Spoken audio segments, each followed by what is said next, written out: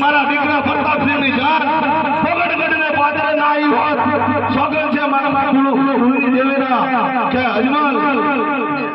પ્રતાપસિંહની જાન પગડગઢને પાદરે પહોંચી ગઈ છે તો તું મારા નિયમોથી બચી જાય છે આજે ફરિયાદ કરે અજમલ સોબર ये आगे पटियार को रे अजमल